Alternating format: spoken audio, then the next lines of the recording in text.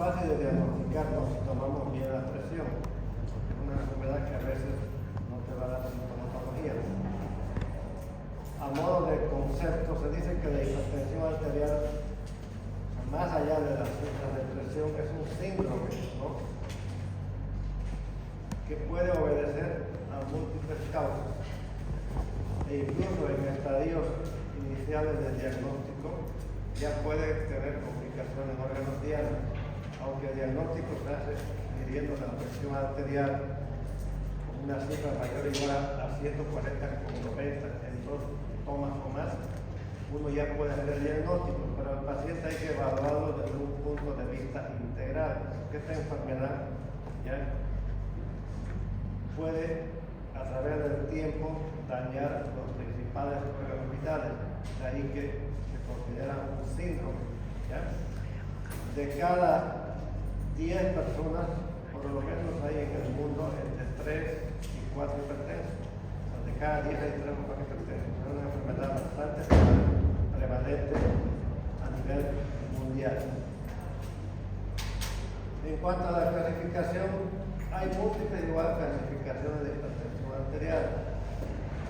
Esta es una clasificación de acuerdo a las cifras de presión, ¿no? Esta clasificación se viene manejando desde el año 2018, una clasificación de la Sociedad Europea de Cardiología que actualmente sigue vigente, ¿no?, y que la clasifica en diferentes categorías. Dice que la presión alta es óptima cuando está por debajo de 120/80. Normal entre 120 y 129 la sistólica y 80-84 la diastólica.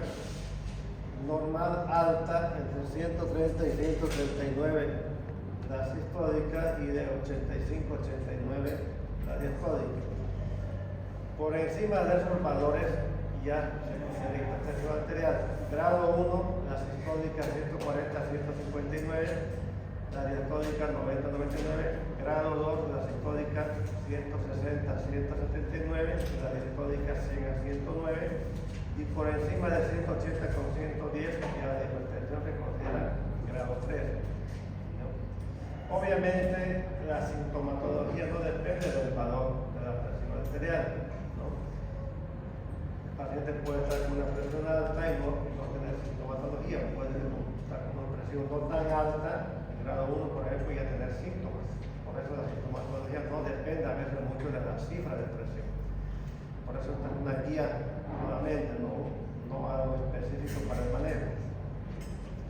Ahora, también existe la hipertensión arterial sistólica aislada, realmente más frecuente en personas mayores de la tercera edad, cuando solamente sube la presión sistólica y la presión diastólica está normal, ¿ya? O también puede haber HTA diastólica aislada, cuando está bien la presión sistólica y solamente sube la presión diastólica, es más frecuente en jóvenes, ¿ya? Ahora, independientemente de la clasificación de las cifras, hay una clasificación de hipertensión arterial de acuerdo a la etiología, a la causa, ¿ya? Y se clasifica en hipertensión primaria idiopática, o también llamada esencial, y en hipertensión secundaria. Ahorita vamos a ver la diferencia entre cada uno. La hipertensión primaria, esencial o idiopática, ¿ya? Generalmente se llama así cuando no hay una causa básica que pueda justificar la enfermedad, porque uno no puede decir por eso. Y aquí cabe la mayoría de los pacientes. Todos los pacientes que nos llegan a consulta generalmente tienen hipertensión esencial primaria, ¿ya? Donde la causa genética tiene un factor fundamental, ¿no? La herencia, el factor hereditario, obviamente relacionado con los factores medioambientales. Si una persona, un hijo, tiene los padres que son hipertensos, probablemente ese hijo va a llegar a ser hipertenso. Obviamente si su estilo de vida, los factores medioambientales son buenos, saludables, probablemente van a debutar muy tarde, ¿no? Después de los 50. Pero si sus factores de vida, o sea, los factores ambientales, no son favorables, esa persona está la diferencia, ¿no? Aunque tenga la carga genética para ser hipertenso, el debut va a depender de los factores medioambientales, ¿ya? Por eso, la mayoría de los pacientes tienen hipertensión arterial primaria y idiopático esencial, casi el 90%, ¿ya? Los pacientes que vemos que lo estamos tratando de por vida son esenciales idiopáticos primarios, ¿ya? En cambio, la causa secundaria, aquí sí hay una causa básica, ¿no? Sí hay una enfermedad, a veces hasta extracardíaca, que está provocando la hipertensión. Y esto es más frecuente en jóvenes, en niños. Entonces, si ustedes diagnostican hipertensión arterial de un niño, lo más probable es que sea secundario, muy frecuente en la etapa adulta. Silencio, por favor. ¿Ya? Ahora, obviamente es más frecuente en niños jóvenes y en obesos, ¿no? Hoy en día, debido a los estilos de vida no saludables de la población, cada vez se ve más jóvenes con hipertensión esencial primaria. Tienen probablemente la carga genética, pero como su estilo de vida no es saludable, son obesos, etc., ya debutan a veces jóvenes con hipertensión arterial. Obviamente uno tiene que pensar primeramente que es secundario. Cuando no encuentra una causa, recién podemos plantear que es de origen primario, ¿ya? Ahora, ¿cuáles son las teorías que explican por qué tiene ese paciente una hipertensión? Primeramente, la esencial. La esencial, pues no hay una, como dije inicialmente, no hay una causa básica, donde la genética tiene un factor fundamental, ¿no? Si el padre es hipertenso, el hijo probablemente va a ser hipertenso, obviamente sí va a depender mucho de los factores medioambientales, de su estilo de vida, ¿no? Y hay muchos autores que tratan de explicar los factores humorales, los factores neurológicos, los autorreguladores, que tratan de justificar la hipertensión arterial primaria, pero no hay una causa básica. Uno la puede tratar y la puede curar. Por eso estos pacientes los tratamos de por vida, porque no encontramos una causa. En cambio, en la secundaria sí hay una causa básica. O sea, si diagnosticamos a un niño con hipertensión arterial, lo podemos curar si encontramos la causa y no tomar toda su vida medicación, ¿ya? Y estas causas secundarias son, por ejemplo, enfermedades renales del parénquima, como la glomerulonefritis, pielonefritis, ¿no? Nefropatía. Todas esas enfermedades del riñón a nivel del parénquima te pueden llevar a una persona a una hipertensión arterial, aunque sea niño o joven, ¿ya? Las enfermedades del riñón a nivel vascular, ¿no? Ya sean las arterias, las venas renales, cualquier una estenosis, una trombosis, te puede llevar a una hipertensión. Y si identificamos estas causas, lo podemos curar a ese niño, ¿no? De su hipertensión. Por eso las causas secundarias son potencialmente curables, las primarias no. Por ejemplo, de origen cardiovascular, un niño puede, desde que nace, puede ser hipertenso, debido a una coartación aórtica, debido a una persistencia de conducto arterioso, una fístula arteriovenosa, ¿ya? Hay otras causas neurológicas, ¿no? La hipertensión endocraniana, tumores. A veces un paciente tiene un trauma cerebral, un trauma craneal, y hace una hipertensión endocraniana, y desde el pronto le sube la presión, no era hipertenso, probablemente sea secundario a la hipertensión endocraniana o a un tumor que pudiera tener el paciente. Las endocrinológicas, ¿no? Por ejemplo, el hipertiroidismo, hipotiroidismo, hiperparatiroidismo son causas de hipertensión arterial. Entonces hay que enfocar el tratamiento a la causa, no solamente a tomar medicamentos. Y también uno puede provocar hipertensión. No sé, lo que hay en la práctica, muchas veces llegan pacientes que estaban tomando antiinflamatorios y les ha empezado a subir su presión, ¿no? O estaban tomando antigripales, ¿no? Antigripales también pueden subir la presión, ¿no? Las drogas simpático-miméticas, estimulantes, el oxígeno, hay mujeres, por ejemplo, que consumen mucho anoxígeno para bajar el peso, ¿no? Y eso puede ser en causa de hipertensión arterial. Los corticoides, ¿no? Prednisona, dexametasona, los anticonceptivos, ¿no? Los antidepresivos, son causas secundarias. A veces le quitamos el medicamento y el paciente mejora. Y no hace falta tratar la presión. Y así hay otras causas variadas de hipertensión arterial, como las quemaduras, ¿no? Las enfermedades del colágeno, como el lupus, que pueden llevar al paciente a hipertensión, enfermedades metabólicas, ¿no? Hipercalcemia, diabetes, ¿no? Y un recién nacido, como hemos mencionado anteriormente, puede nacer con hipertensión arterial por estas causas, fundamentalmente la persistencia de conducto arterioso, la coartación aórtica o las fístulas arteriovenosas, ¿no? Desde que nace uno puede tener hipertensión. Obviamente es muy difícil que un niño tenga hipertensión y uno piense que es primario, es muy difícil, esto es imposible que sea primario, que es secundario. El primario es más frecuente en la etapa adulta. Si diagnostica a un niño, seguro es secundario, hay que buscar dónde están las causas, todas estas que hemos mencionado pueden ser sus causas y hay que buscar, ¿ya? Ahora, en cuanto al diagnóstico, el diagnóstico pues hace fácil, ¿no? Ustedes miran la presión en condiciones de reposo y está por encima de 140,90 en 2 veces como mínimo, ¿no? Una sola vez no pasa el diagnóstico, por lo menos tiene que tomar en 2 días diferentes para decir que el paciente es hipertenso, ¿ya? Porque a veces un paciente por un disgusto, etcétera, puede tener un ascenso de presión, pero si eso no se mantuvo en el tiempo, fue transitorio, probablemente no sea hipertenso. Por eso hay que constatarlo en 2 ocasiones diferentes, como mínimo, mejor si son más de 2, ya en condiciones de reposo. El paciente no tiene que haber ingerido alcohol, café, ningún estimulante, cigarro, etcétera, antes de medir la presión y haber hecho ejercicio físico, por lo menos 30 minutos. ¿Está bien?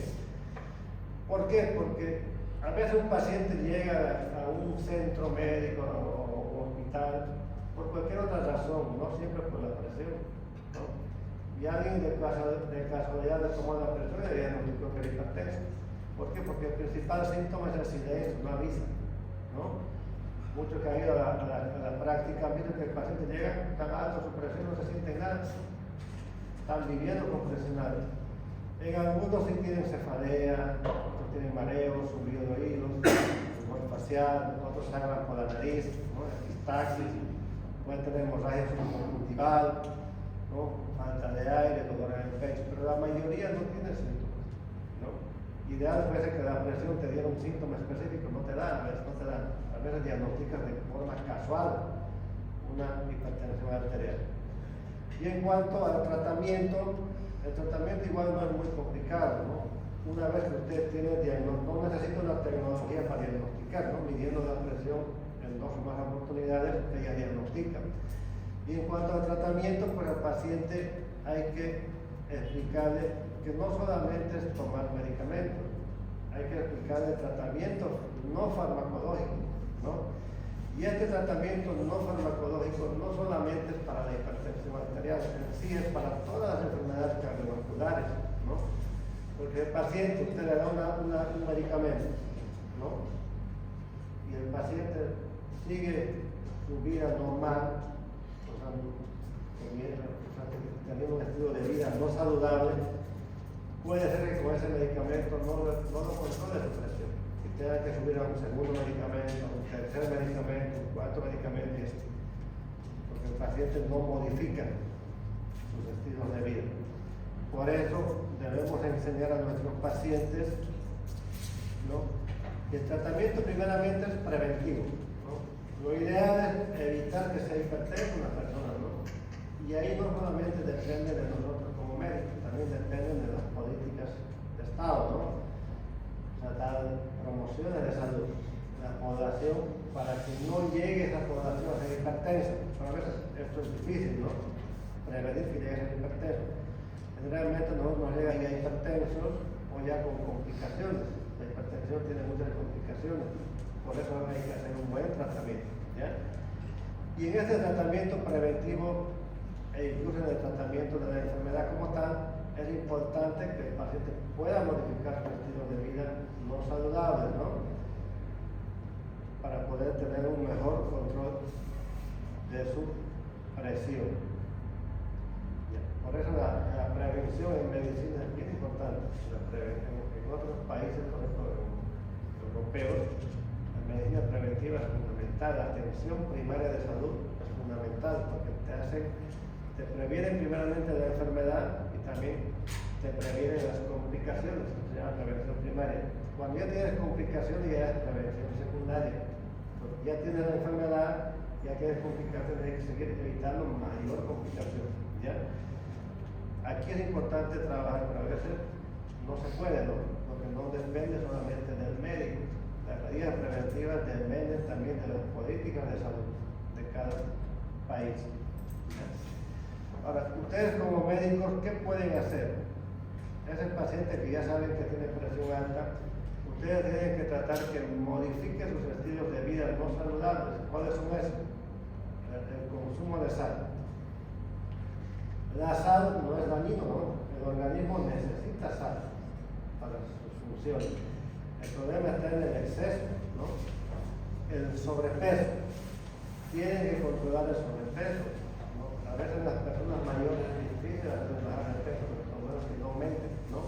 El consumo de cigarros es difícil eliminar. Nosotros como médicos no obligamos a un paciente a que deje de fumar. Solamente les recomendamos, les mostramos lo que puede pasar si sigue fumando y él decide si desea. Aunque hay tratamientos para dejar de fumar, pero depende mucho de la voluntad de cada paciente. Hay que fomentar la actividad física, ¿no? Obviamente esto depende mucho del paciente, ¿no? El tipo de actividad física va a depender del paciente con el que se trate.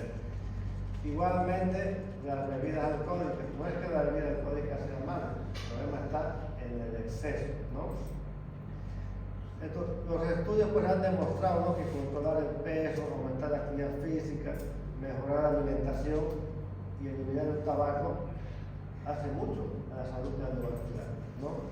Por ejemplo, la actividad física, que el paciente te camina aunque sea 30 minutos, ya usted ya hizo mucho. Porque hay personas mayores que no pueden hacer más que caminatas. Obviamente, si es una persona joven, se puede indicar otro tipo de deporte, ¿no? Pero fundamentalmente hay que pedir al paciente que haga actividad física, más que todo aeróbica, ¿no?, con consumo de oxígeno. Es lo que le llaman en el gimnasio cardiovascular, son ejercicios aeróbicos. Lo de las pesas, por ejemplo, son ejercicios anaeróbicos, sin consumo de oxígeno. También son importantes, pero la mayoría, del 70%, debe ser de tipo aeróbico, ¿ya? Y esto deben ustedes controlar, ¿no? Como los médicos generales tienen que sacar el índice de masa corporal de sus pacientes. Nosotros a veces ya no lo hacemos por la cantidad de pacientes, pero en la atención primaria de salud, como especialistas trabajamos en la atención terciaria. En la atención primaria los médicos tienen que controlar el peso de sus pacientes, ¿no? ¿Y cómo sacan el índice de masa corporal para saber si está en obesidad? Con esa fórmula. El índice de masa es peso en kilogramos entre talla en metros al cuadrado. En base a eso ustedes saben si está por debajo de 18,5, el paciente está en bajo peso. Lo ideal es que esté entre 18,5 y 24, o sea que el índice de masa corporal sea entre 18,5 y 24,9. Por encima de eso ya es sobrepeso y grados de obesidad, ¿no? También deben, como médicos generales, controlar el perímetro de la cintura abdominal. El aumento de la cintura abdominal, además del sobrepeso, se constituye en un factor de riesgo, ¿ya? El perímetro abdominal.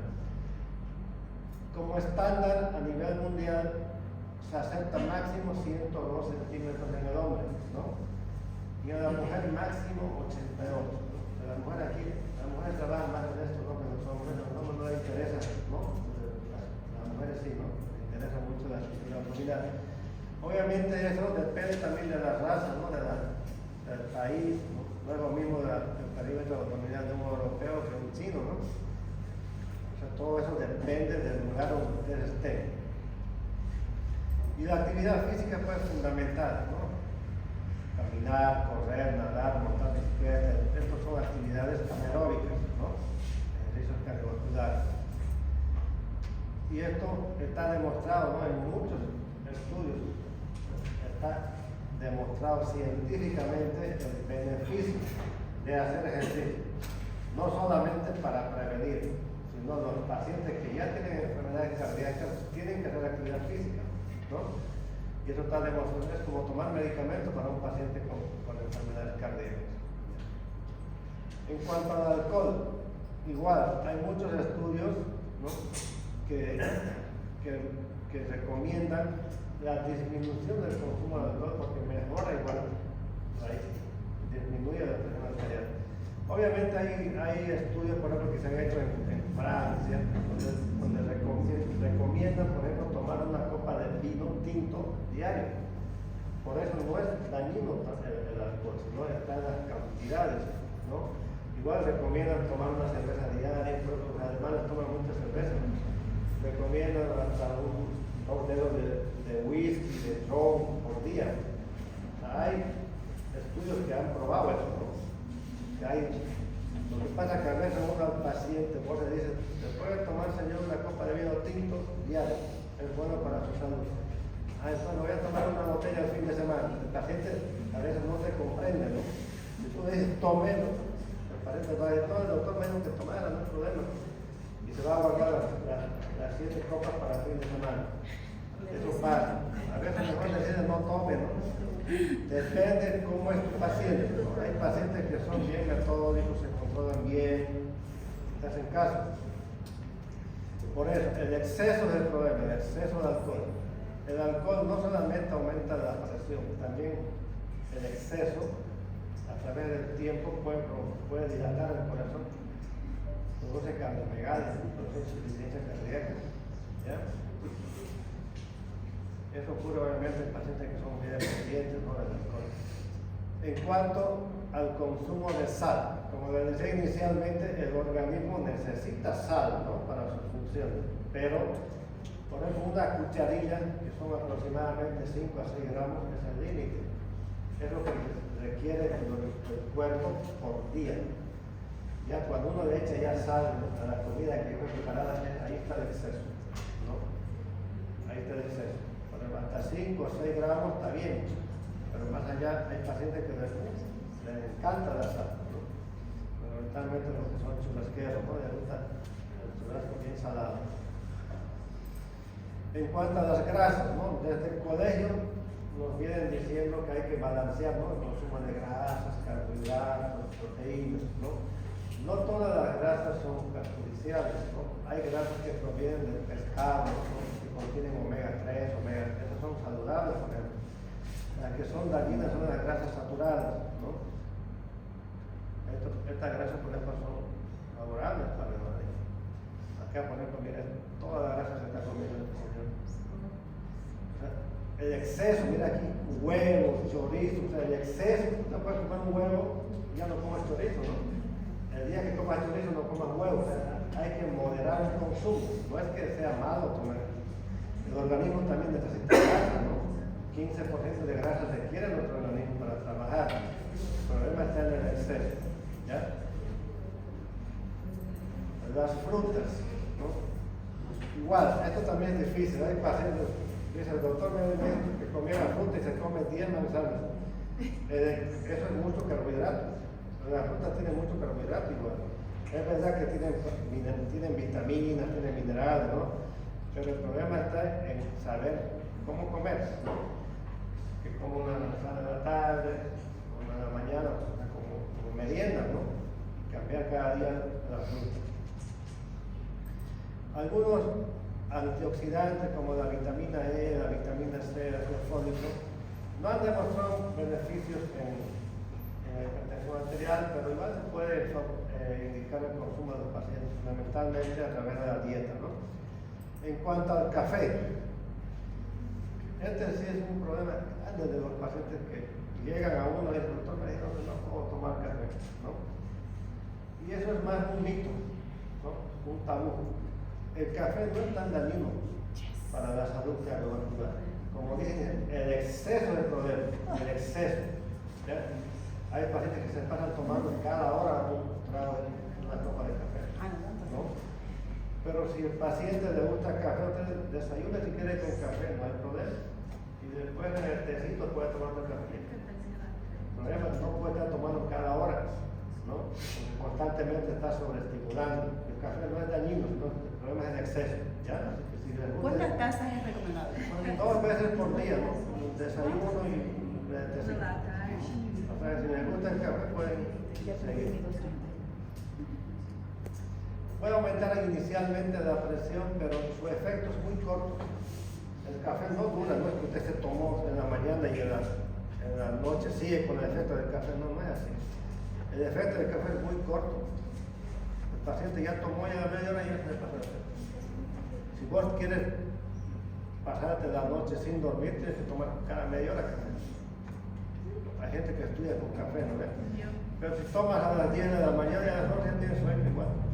Porque ya pasó el efecto. Tendrías que volver a tomar para que no te quite el sueño, ¿no? El tabaco, eso sí hace mucho daño, ¿no? No solamente a la salud cardiovascular. El cigarrillo está demostrado que cada 9 personas que fuman, de cada 10 que fuman, me han dicho, 9 se van a enfermar. Ya sea el corazón, ya sea el pulmón, ya sea otro tipo de tumores, cáncer, ¿no? Está demostrado que hace daño. Pero es difícil quitar este hábito a un paciente. Ustedes tienen que mostrar los riesgos que tienen. No le va a prohibir. Muéstrale qué riesgos tiene y el paciente va a decidir. En cuanto a la ingesta de potasio, ¿no? Los alimentos, hay muchos alimentos que son ricos en potasio, el guineo, las cosas verdes. El potasio es fundamental para la regulación de la presión, no solamente el potasio, el sodio. Pero no tienen que consumir directamente el potasio. Tal vez hay alimentos que tienen, son ricos, ¿no? El guineo, son ricos en potasio. El calcio igual, ¿no? No tiene que tomar directamente medicamentos. El calcio, ¿no? La alimentación, ¿no? Del paciente. Y esto es el resumen, ¿no? El organismo necesita de 10 a 20% de proteínas. Que consumamos en toda nuestra dieta diaria, por lo menos 10 a 20% de proteínas. Necesitamos 25 a 30% de grasa y 55% de carbohidratos. Las sociedades de América Latina son muy consumidoras de carbohidratos. Hay predominio el consumo de carbohidratos. ¿Ya? Y esto hay que balancear, eso que el colegio nos dice, ¿no? Hay que balancear, ¿no? Y a veces es difícil, ¿no? Depende mucho de la economía, ¿no? América Latina son países pobres que vamos a consumir más carbohidratos. Entonces depende mucho de la economía de cada país, ¿no? Obviamente como médicos tenemos que lograr que nuestros pacientes traten de dejar los hábitos perjudiciales y favorecer los estilos de vida más saludables, ¿no? Hasta aquí el paciente va a decir, pues no me dio ningún medicamento. Este médico no sabe. Así, a veces los pacientes son difíciles, ¿no? De manejar. Si usted le dice todo eso, le da la mejor explicación del estilo de vida, si no le da un medicamento, usted no sabe, como médico, ¿no? Y el paciente siempre espera un medicamento. ¿Cómo ustedes pueden tratar a un paciente hipertenso, ¿no?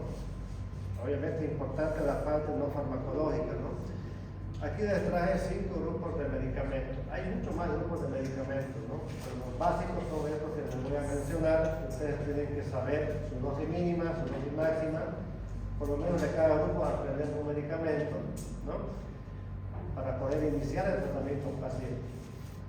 Los IECA, diuréticos, betabloqueadores, anticálcicos y antagonistas de los receptores de angiotensina 2.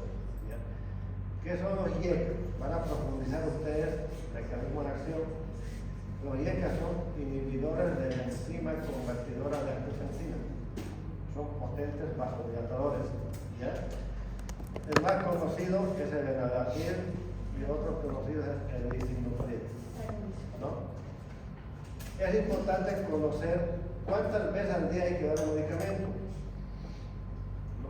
Por ejemplo, el enalapril tiene que dar mínimo 2 al día. Porque si usted le da 1 al día, le va a proteger 12 horas, no le va a proteger 24 horas.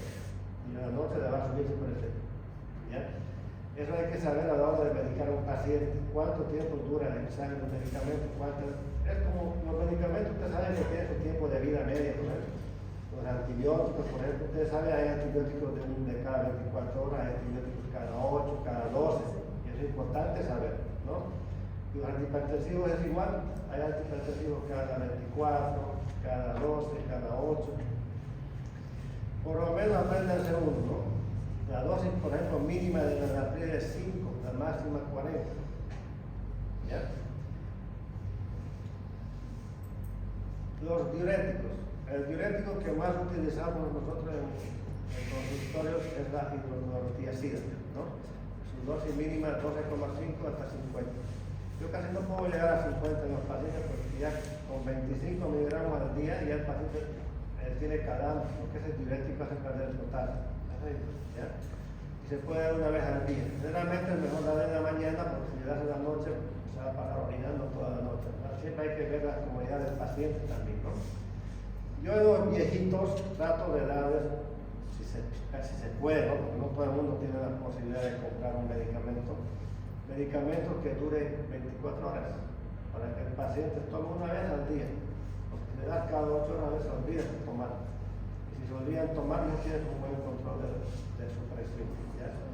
Otro diurético que se puede dar es la clortalidona, igual de 12,5-25.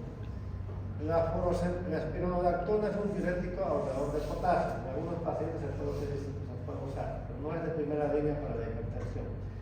La furosemida tampoco es un medicamento de primera línea para la hipertensión. No se utiliza inicialmente en un paciente. Se utiliza más que todo en pacientes que ya tienen complicaciones renales.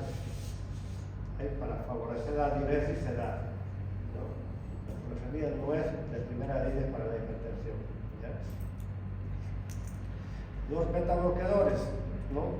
Los betabloqueadores tampoco son de primera línea. No siempre uno empieza con un betabloqueador, pero se pueden asociar a otros medicamentos. El más usado en nuestro medio es el carvedilol y el atenolol, ¿no? El atenolol, la ventaja que tiene es que puede dar una vez al día. El carvedilol sí puede dar, tiene que dar sí o sí 2 veces al día, ¿no? De 12,5 hasta 50 como dosis máxima.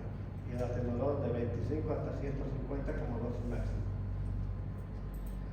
Los anticálcicos también bloquean los canales de calcio, son vasodilatadores por esa vía. El más utilizado en nuestro medio es el amlodipino, ¿no? Porque hay la práctica de escuchar, ¿no? El amlodipino, una dosis mínima de 2,5 hasta 10 una vez por día, ¿no?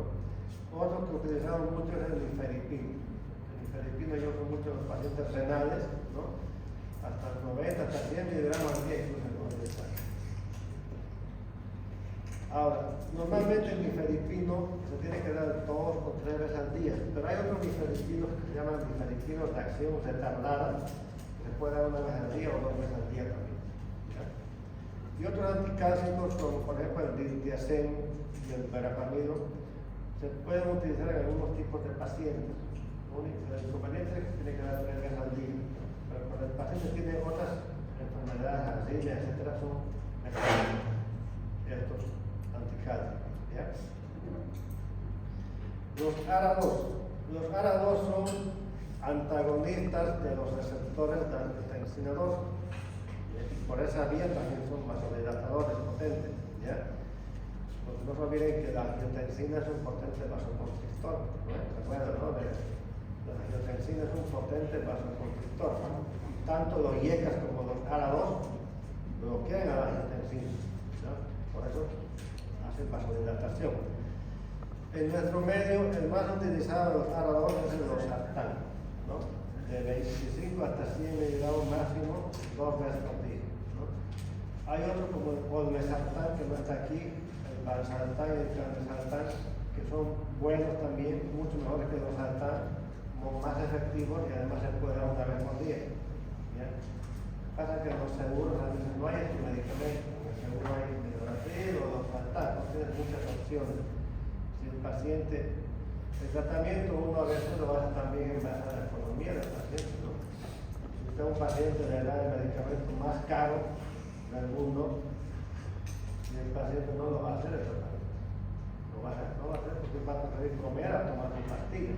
Por eso usted tiene que ver con qué tipo de paciente está tratando. Hay pacientes que lo tienen que tratar con los medicamentos que tiene su seguro, ¿no? En el CINE, porque el CINE es un seguro. Hay medicamentos que le dan seguro, pero seguro que no le da calizartán, no le da valsartán, ¿no? Yo quisiera darle esto, pero no le puedo dar. Y en base a los sartán y otros medicamentos tengo que hacer los tratamientos, ¿no? A veces en el cine tengo que dar hasta 3 medicamentos y con otros medicamentos mejora el curso. A veces con uno me puede bastar, pero tengo que guiarme en base a lo que puede el paciente, a las posibilidades de cada paciente. Ustedes tienen que adaptarse. E incluso al medio donde están, pueden estar en la selva y en la selva lo único que tienen es hielo, ¿no? Tienen que trabajar con hielo, ¿no? Todo eso tiene que ver a la hora de medicar al paciente. Ahora, ¿cómo inician ustedes el tratamiento? Antiguamente decían que empezar con un directo. Ustedes ahora la guía recomienda incluso empezar con 2 medicamentos. Ya recomienda empezar con 2 ya. Antes decían 1, ir aumentando poco a poco ese 1, después aumentaron ese 1 y así. Ahora ya recomiendan con 2. Obviamente todo eso depende del grado de hipertensión, grado 1, grado 2, grado 3, ¿no?